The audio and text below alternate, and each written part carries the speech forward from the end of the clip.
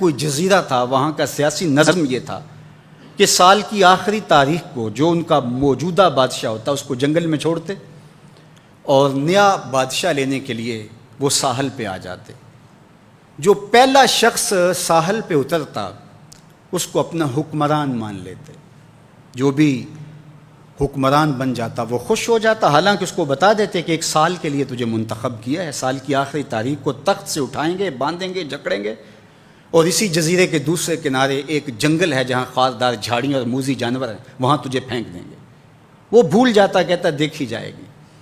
اور سال کی آخری تاریخ جب وہ رسیاں اور زنجیریں لے کے آتے تو وہ پریشان ہو جاتا کہ آنکھ جھپکنے میں سال گزر گیا، پتہ ہی نہیں چلا۔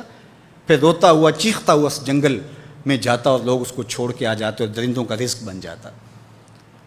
اور جو بھی آتا اس نے کبھی انکار نہیں کیا تھا۔ پہلی بار ایسا ہوا کہ جس شخص کو انہوں نے ہار ڈالے، گارڈ آف آنر دیا، تعظیم تکریم دی، سیلوٹ کیا، اس نے کہا یہ سب کیا ہے؟ کہا کہ آج کے بعد تو ہمارا حکمران ہے۔ کہا میں تو امور سلطنت نہیں جانتا، میں تو تاجر آدمی ہوں، چیزیں بیچنے آیا ہوں۔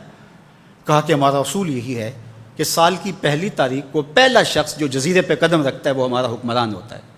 اس نے کہا میں تو امور سلطنت کو نہیں جانتا، تو یہ کس طرح ذمہ داری قبول کر سکتا ہوں؟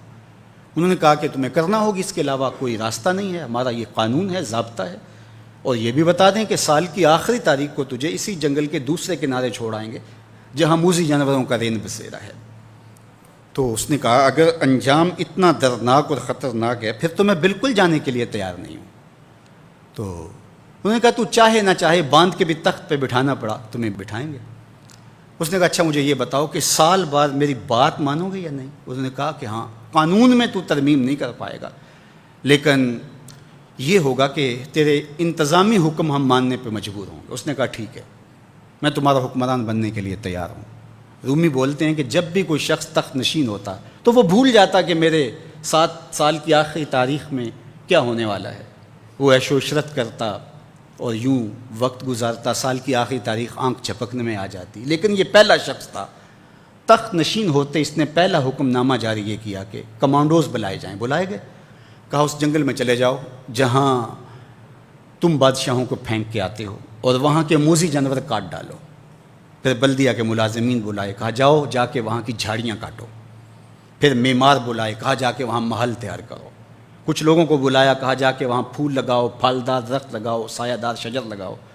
پوری حکومتی مشینری اس جنگل کو کٹوانے، وہاں کے موذی جانور قتل کروانے اور وہاں خوبصورت محل بنوانے، کنویں کھدوانے اور پھلدار درخت لگوانے میں صرف کر دی۔ اب سال کی آخری تاریخ کو جب وہ زنجیریں لے کر آئے